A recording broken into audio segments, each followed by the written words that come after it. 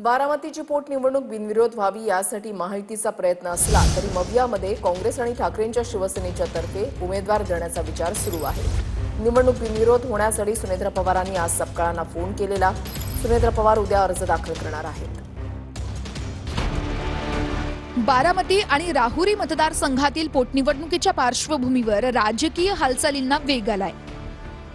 बारामतीची पोटनिवडणूक बिनविरोध व्हावी यासाठी महायुतीचा प्रयत्न असला तरी मवियामध्ये काँग्रेस आणि ठाकरेंच्या शिवसेनेतर्फे उमेदवार देण्याचा विचार सुरू आहे। काँग्रेसने संभाव्य उमेदवारांच्या मुलाखतीही घेतल्यात, तर अजितदादांच्या निधनामुळे रिक्त झालेल्या या जागेवरील निवडणूक बिनविरोध व्हावी अशी इच्छा मुख्यमंत्री देवेंद्र फडणवीस यांनी व्यक्त केली आहे। उपमुख्यमंत्री सुनेत्रा पवार यांनी काँग्रेस प्रदेश अध्यक्ष हर्षवर्धन सपकाळ यांना फोन केल्याची माहिती समोर आली आहे। सुनेत्रा पवारांनी उद्धव ठाकरेंनाही बारामती पोटनिवडणूक बिनविरोध व्हावी यासाठी फोन केलाय। तर तिकडे सिल्व्हर ओकवर सकाळी मंत्री उदय सामंत आणि त्यांच्या पाठोपाठ प्रदेश अध्यक्ष शशिकांत शिंदे यांनी शरद पवार यांची भेट घेतली आहे। शरद पवार यांच्या पक्षाकडून ही निवडणूक लढणार नसल्याचं आधीच स्पष्ट करण्यात आलंय। राजकारणापेक्षा व्यक्ती जर आपल्यामध्ये नसेल तर त्या ठिकाणी सुनेत्राबाईंनी निवडणूक लढत असतील तर ती बिनविरोध करणं ही प्रत्येकाची जबाबदारी आहे आणि तीच भूमिका शिवसेनेची आहे। बारामती विधानसभा पोटनिवडणुकीच्या संदर्भामध्ये त्या दिवशी पक्षाच्या वतीने जाहीर करण्यात आलेला आहे की अजितदादांना श्रद्धांजली म्हणून आम्ही ती निवडणूक लढवणार नाही।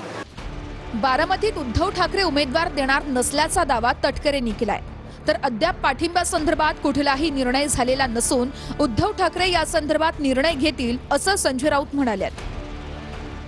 वहिनींची निवडणूक बिनविरोध व्हावी असा प्रयत्न आम्ही सगळेजण करतो आहोत। आदरणीय पवार साहेबांच्या पक्षाने उमेदवारी देणार नाही अशा बेचा अगोदरच घोषित केलं।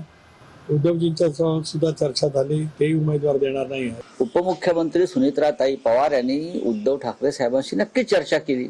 त्यांनी जरी चर्चा केली असली माननीय उद्धव साहेबांशी तरी उद्धव ठाकरे साहेब निर्णय घेतील।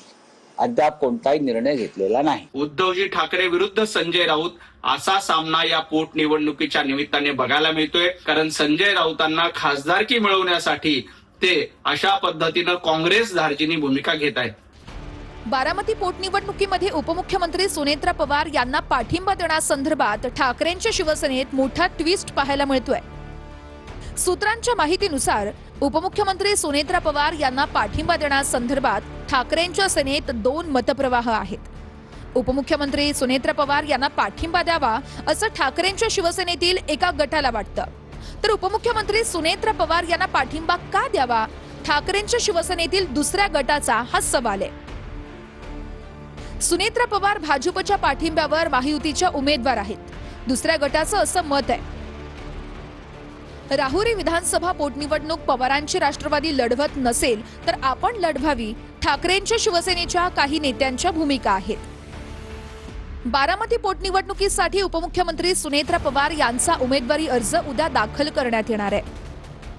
राष्ट्रवादी काँग्रेस पक्षाच्या सर्वच आमदारांना विधानसभा आणि विधान परिषद यांना आम्ही सर्वांना सूचित केलेलं आहे की त्या सर्वांनीच उद्या नामनिर्देशन भरण्यासाठी त्या ठिकाणी या। त्यांना शेवटी आम्ही विनंती करू आणि दीर्घकाळ बारामतीचं नेतृत्व आदरणीय पवार साहेबांनी केलं, त्यानंतर सुप्रियाताई करतायत, त्याच्यामुळे त्यांनी यावं अशी आमची त्यांनाही विनंती राहणार आहे। बारामती आणि राहुरी पोटनिवडणुकीमध्ये उमेदवार देणार असल्याचं याआधीच काँग्रेसनं जाहीर केलंय।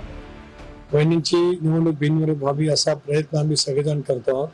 काँग्रेस जो आम्ही संपर्क करण्याचा प्रयत्न करतो आहोत, काँग्रेसचे अध्यक्ष खरगे साहेब यांच्याशी कदाचित आजपर्यंत आमचं बोलणं होईल आणि त्यांनाही आम्ही विनंती करणार आहोत। ओबीसी आंदोलक लक्ष्मण हाके यांनीही बारामतीची पोटनिवडणूक लढवण्याची तयारी केली आहे, मात्र त्यापूर्वीच बारामती पोटनिवडणुकीसाठी तब्बल 19 उमेदवारांनी अर्ज भरलेत।